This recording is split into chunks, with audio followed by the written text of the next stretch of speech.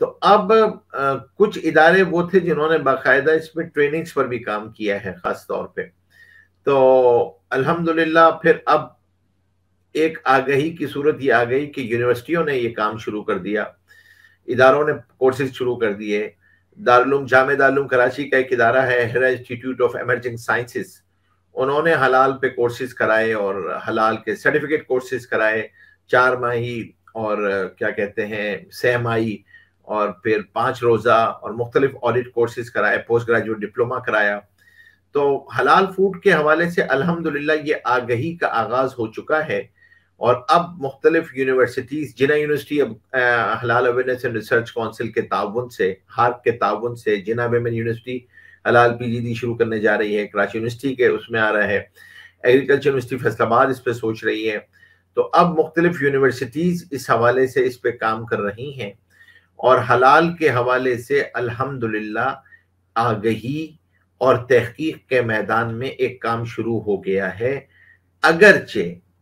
ابھی اس پیس پہ نہیں آیا، اس رفتار پہ نہیں آیا جو رفتار مقصود ہے اور جو رفتار مطلوب ہے.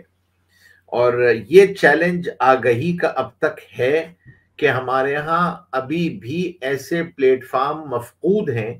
جہاں عام صارف رابطہ کر کے کسی پروڈکٹ کے حلال اور حرام کے بارے میں معلوم کر سکے. یہ پلیٹ فارم ہمارے یہاں اویلیبل نہیں ہے ابھی بھی. یعنی ایسی فہرستیں اجتماعی طور پہ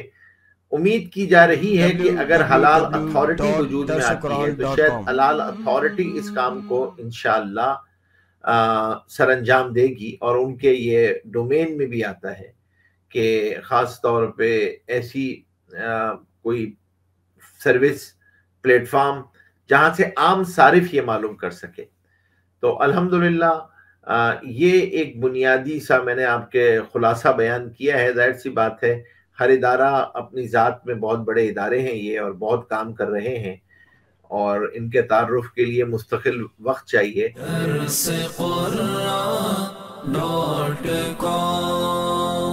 www.darsequran.com